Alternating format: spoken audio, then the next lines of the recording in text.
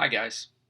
Whenever I share my personal story with people, I usually find that they are quite fascinated.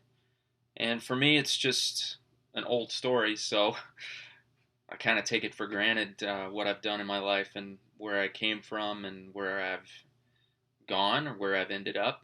But it seems that for most people, they're very intrigued.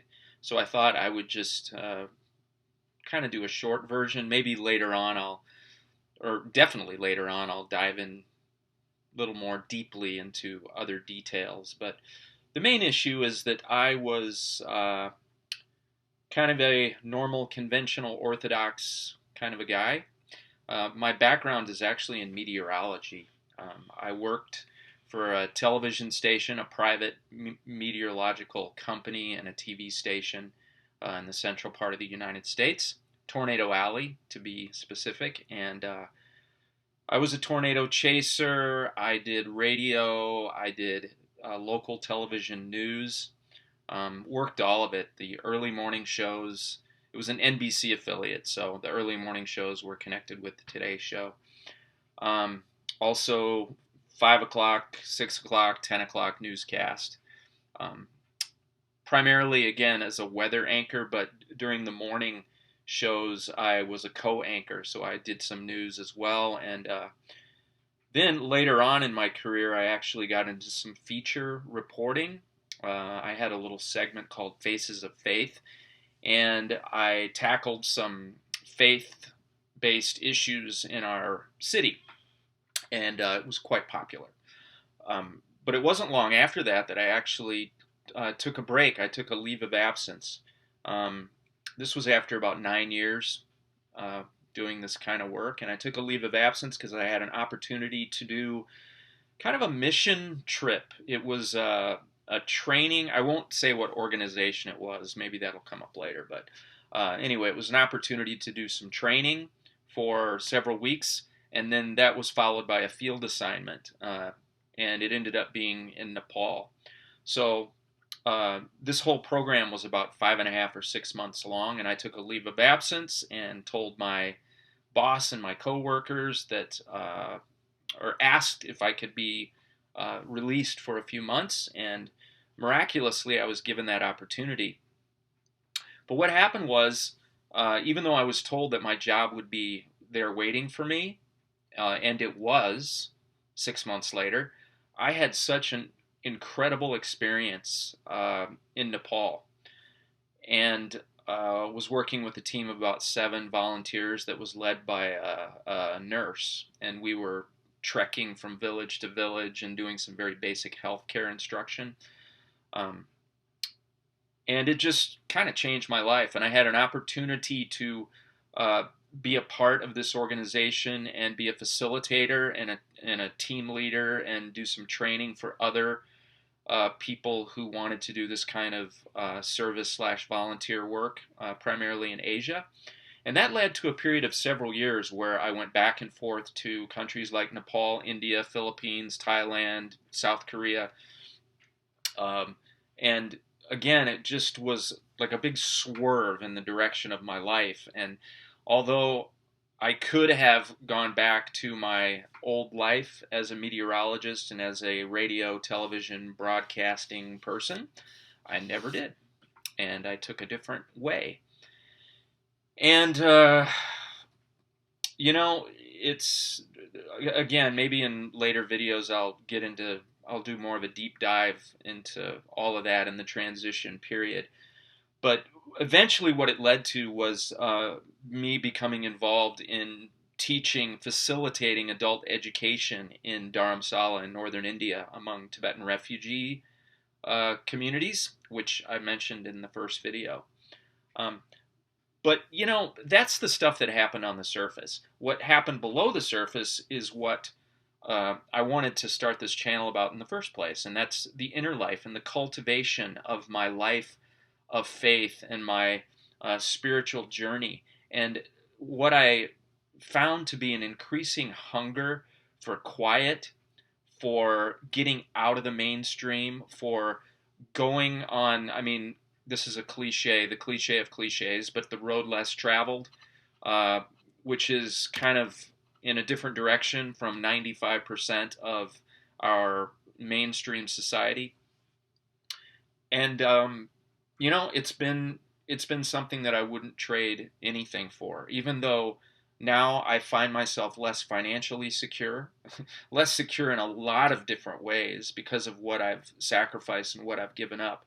I wouldn't trade it for anything because of the things that I have learned, not only by living in and spending extended periods of time in places like India and Nepal, uh, but it's been because of the simplicity. Minimalism has become kind of a rage. Nowadays people, you can find a lot of videos on YouTube, people talking about the minimalist lifestyle.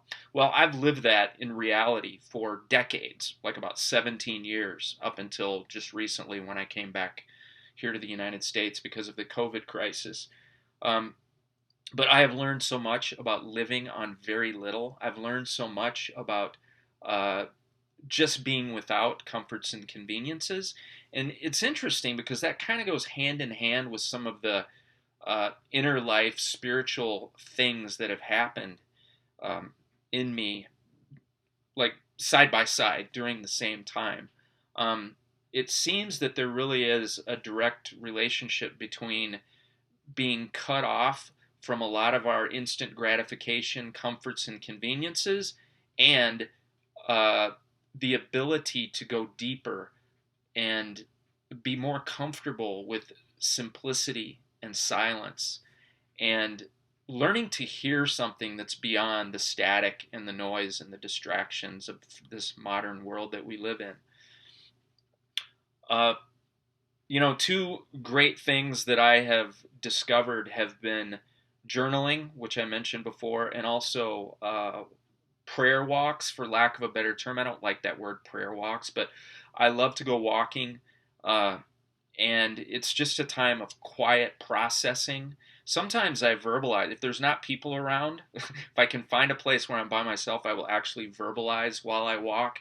And journaling in the early morning and then walking and processing either internally or verbally with myself, with God later in the day. These are the two parts of my day where I feel like I'm cultivating that connection. Uh, Self awareness. It has to do with me being awake and aware of what's going on in my own life, but then it also has to do with me making sure I have a clean channel of communication between myself and my maker, so that I know that I'm not, what's the right way to put this? So that I'm not drawing a line or placing a boundary between myself and God. I want there to be a constant flow between the two of us so that there's nothing hidden. Uh, the good, the bad, and the ugly. I want it to be upfront and in the light. And to me, that's what my journaling and walking and talking does. And again, all of those topics um, are things that I would like to go into in more detail. But the purpose of this video is just that I wanted to share a little bit of where I come from, just so that you have a better idea of my background. I just have a feeling there's others of you out there. Maybe some of you, I haven't gathered any followers, subscribers at all yet. This is all brand new. But uh, what would really be awesome to me is to be able to eventually connect with other people who are going through some of these same things, where you are just hungering to go deeper. You are hungering to get off the superhighway of mainstream stimulation, distraction, static, and noise, and uh, either develop some of these disciplines, or maybe you've already developed them, but you've just had a hard time really hooking into them.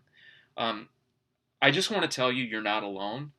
And I know I'm not alone, because I know there's a lot of people out there. Maybe you don't talk about this with others. Maybe you don't share it, even with your friends and family, but you just feel this hunger and this calling inside yourself. And I just want to encourage you, if that is you, start to carve out space in your life where you can experiment. And you know, it starts with a little space, and then with a shovel or a lawnmower, whatever it takes, you can gradually expand that circle to take up more minutes and more hours in your daily life. Place for reflection and communication with yourself and with your God, and just a greater level of awakeness, I guess. So, anyway, more to come later on, and thank you for checking in.